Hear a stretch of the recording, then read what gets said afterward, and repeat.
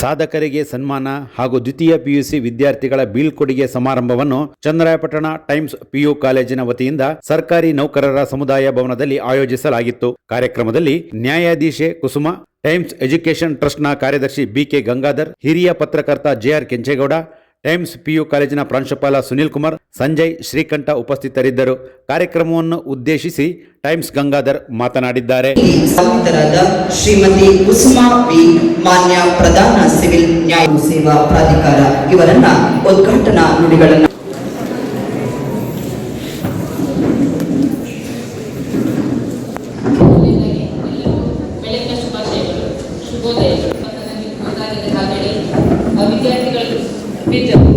ಕಾನೂನು ಹಾಗೂ ಕಾರ್ಯಕ್ರಮ ಹಾಗೂ ಈ ಟೈಮ್ಸ್ ವಿದ್ಯಾಸಂಸ್ಥೆ ಅದರ ಬಗ್ಗೆ ಈ ಒಂದು ದಿನ ನಾನು ಶುಭಾಶಯಗಳನ್ನು ಕೊಡ್ತಾ ಇದ್ದೇನೆ. ಎಲ್ಲ ಟೀಚರ್ಸ್ ಒಳ್ಳೆ ಅವರ ಸ್ಪೀಚ್ ಅಲ್ಲಿ ಗೊತ್ತಾಗುತ್ತೆ. ನನ್ನ ಕನಸು 100 ಸ್ಕೂಲು. ನಮ್ಗೆ ಗೊತ್ತು ನನಗೂ ಆಗಲ್ಲ ಅಂತ. ನಾನು 100 ಅಂತ ಅನ್ಕೊಂಡಿದ್ದಕ್ಕೆ ಇವತ್ತು 10 ಮಾಡಿದ್ದೀನಿ. ಇನ್ನು ಓನ್ಲಿ 90 ಅಷ್ಟೇ ಮಾಡ್ತೀನಿ. ನೀವೆಲ್ಲ ಇರ್ತೀರ.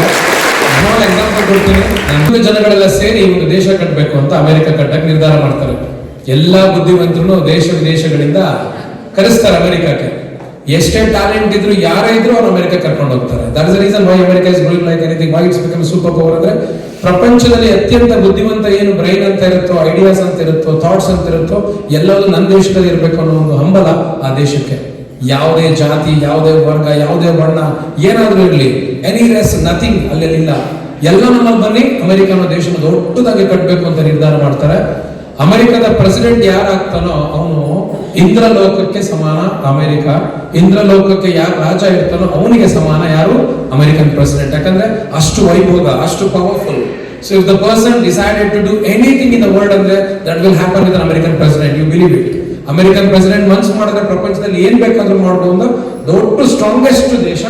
ಆ ದೇಶದ ಒಬ್ಬ ಪ್ರೆಸಿಡೆಂಟ್ ಆಗ್ಬೇಕು ತುಂಬಾ ಕಷ್ಟ ಆಗಿರುತ್ತೆ. ತುಂಬಾ ದೊಡ್ಡ ವ್ಯಕ್ತಿಗಳು ಪ್ರೆಸಿಡೆಂಟ್ ಆಗಿರ್ತಾರೆ.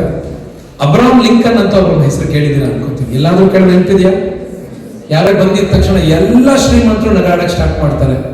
ಇವನು ನಮ್ಮ ಹತ್ರ ಬಂದಲ್ಲ, ಇವನು ಪ್ರೆಸಿಡೆಂಟ್ ಆಗಿದ್ನಲ್ಲ, ಇವ್ರ ತಂದೆ ಏನ್ ಕೆಲಸ ಮಾಡ್ತಿದ್ದ ಗೊತ್ತಾ, ಇವ್ರ ತಂದೆ ಏನ್ ಕೆಲಸ ಮಾಡ್ತಿದ್ದ ಗೊತ್ತಾ ಅಂತಾರೆ. ಇನ್ನೊಬ್ಬ ಪಕ್ಕದವ್ರು ಕೇಳ್ತಾರೆ, ಏನ್ ಕೆಲಸ ಮಾಡ್ತಿರೋ ತಂದೆ?